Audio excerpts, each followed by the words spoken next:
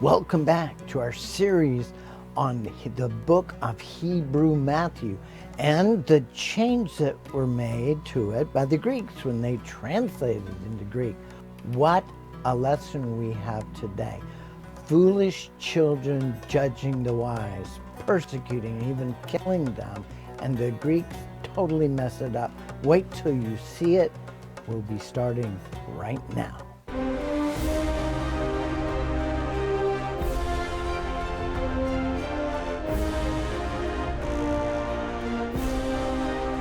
Join ancient language linguist, author, educator, and biblical archaeologist, Dr. Miles Jones, as he explores the writing of God.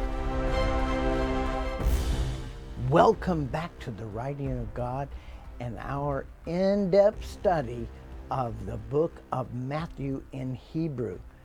And don't forget, this is part 10, but let's not forget to do this series, this study with us.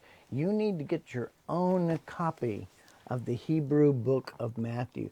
This is the only complete compilation translated from all the extant manuscripts of Matthew that we know of that has ever been done. So it's irreplaceable. So get your copy by going to thewritingofgod.com and study along with us as we do this series. So we're going to talk about, we know that Matthew was originally written in Hebrew. All the early church fathers say so. And we've given plenty of evidence of that on this show. But it's not the same, is it? The Hebrew is not the same, or otherwise we wouldn't be doing this study. There are changes that were made by the Greeks. And there's two major types of changes. And we're going to deal with the first one today, and that's changes that were made by mistake. And let's take a look at an example, Matthew 11:14. And if you will receive it, this is Elias, which was for to come. A little bit terse, a little bit too chopped off to quite understand. The Hebrew context is much easier to see. Now, one thing to notice, Elias, this is the Greek ending for it. So they're mixing in their Greek words with their Hebrew words. The name, of course, is Elijah. So in the Hebrew context, it's very clear. And if you want to receive it, the it is the kingdom of heaven. This, John the Baptist, is like unto Elijah who has been prepared to come. Much easier to understand. We know from the Hebrew tradition that a place is always set for Elijah, with the chair and empty cup, a whole place setting, because Elijah in Scripture is the harbinger of the Messiah to come, who will come before the great and dreadful day of Jehovah, as it says in Malachi chapter 4. So this is a part of the Hebrew tradition. Any Hebrew would understand it. Greeks really did not. So it gets a little muddled in the process. So these is one of the Greek changes made by mistake. It's basically a Hebrew book written from a Hebrew perspective, and the Greeks did not always understand everything that was in Hebrew Matthew. Let's look at another example. This is a much more meaningful one, Matthew 11:16. And this is your Greek version here from the King James Version. But whereunto shall I liken this generation and their leaders, don't forget, it is like unto children sitting in the markets and calling unto their fellows. So who does, in the Hebrew, who does this generation resemble? It resembles children sitting in the market who call out to their friends to play. Now, this is a passage of about 6 different verses, and we're going to follow this theme all the way through it, right? So they're calling out their playmates to play with them. And that's what happens. Children at play. They're inventing scenarios, war, weddings, festivals, funerals, all kind of things. And they blow their toy flute and their toy drum and they dance, or they sing, or they mourn, or they wail, or they have angry war cries. And everyone who comes into their playground has to conform to their childish games, or they're just in the way. They are irritated with them, right? So we know children at play, so we know what it's like. Well, he's comparing these children at play to the religious leaders of the time and the generation itself. Of course, we love our children, but they're not grown up. They lack depth of understanding and maturity of spirit. And this is exactly what he's saying about the religious leaders of this generation.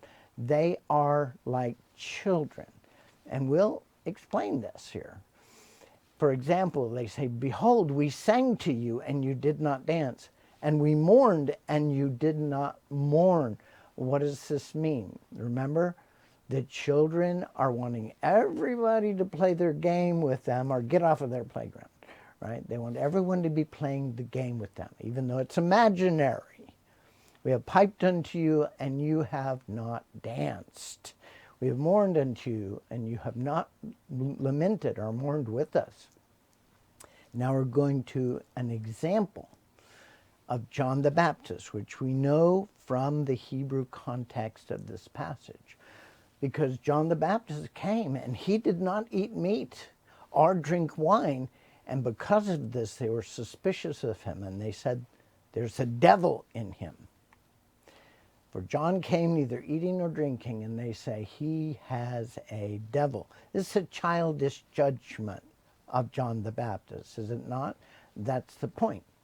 And the Son of Man, that was Yeshua, he came and he ate and he drank wine, and they say, "Behold, this man is a glutton and a drunkard, and loves tax collectors and sinners." So you can't win, can you? Because their judgments are so very childish that whether you're a man who doesn't eat or drink wine, or whether you're one who does, you're being condemned. And why is that the case? Here is the conclusion to this passage of 6 verses. "Therefore, foolish children are judging the wise." Now we know where this comes from, but it's a perfectly consistent conclusion. Foolish children are judging the wise. Yeshua is completing his metaphor. The religious leaders of this generation, they're but children in their understanding of the word and their understanding of Yehovah. And they, as we know from, for example, chapter 23 of Matthew and other places, when he sent prophets to them, they persecuted them, they even killed them. So they are like foolish children, judging the wise ones. And they want everybody who comes into their playground to believe in their feigned wisdom of the word and in their undeserved authority, which they claim comes from God. They want everybody to play the game with them. And Yeshua is not playing this game. So the Greeks did not really understand this passage very well. And so they came up with a new concluding sentence to it. "The Son of Man came eating and drinking, and they said, Behold, a man gluttonous, a winebibber, a friend of republicans and sinners. And they said about him, But wisdom is justified of her children." Well, maybe you can make some sense of that, but I do not find any in there. This does not make any sense at all, especially in the context of what we've been talking about. John the Baptist, the Son of God, coming, them being persecuted and even killed because they've been sent from God, and the religious leaders at the time don't even have the spirituality, the depth of spirituality to recognize them. And they are entrenched in their own system and their own authority within that system, and they would rather kill the prophets of God than give up their own authority. So here is a concluding sentence that makes no sense, because they either did not understand these passages, or they didn't want them to be understood. And he compares it to the religious leaders of the time. He cites the fact that if the miracles they had done for all the towns that they had passed through, like Tyre or Sidon, had been done here before these men, they would have repented in sackcloth and ashes. So he says unto them, indeed I say to you, for Tyre and Sidon, who had rejected what they had come to offer them, it will be easier in the day of judgment than it will be for your leaders. But I say unto you, it shall be more tolerable for Tyre and Sidon at the day of judgment than for you. That is the true meaning of these passages about foolish children judging the wise prophets that Jehovah has sent to them. We'll be right back.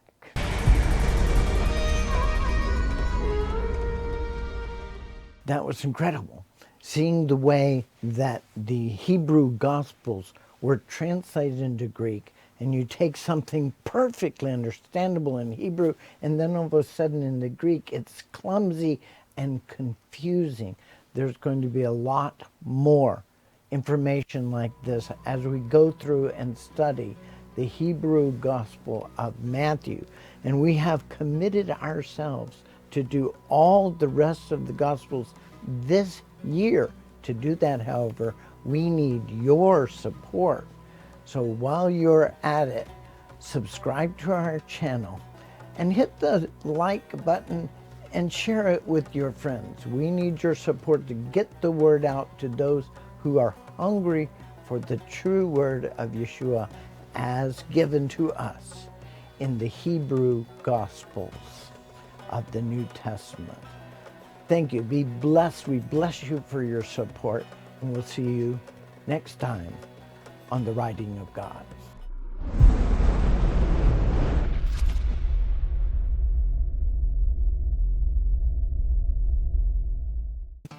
Let me ask you, when was the first translation of the Hebrew Gospels done? Well, you're looking at it right here, and believers all over the world are heralding it. We very carefully chased down and purchased all the extant manuscripts of the Gospels in Hebrew, and now we have published the Hebrew book of Matthew, as well as Revelation, and there will be many others to come. The Hebrew book of Matthew, you can see the manuscript clips and the translation of it into English from the original Hebrew. Compare that with the Greek, and footnotes and commentary about all the different changes from the Hebrew to the Greek. This is the original word of Yeshua in Hebrew. Get this for your own collection right now. Will you seek the Lord about becoming a partner to bring the message of the Writing of God to more people? Send your gift to The Writing of God, P.O. Box 294027, Kerrville, Texas 78029, or online at thewritingofgod.com. That's The Writing of God, P.O. Box 294047, Kerrville, Texas 78029, or online at thewritingofgod.com.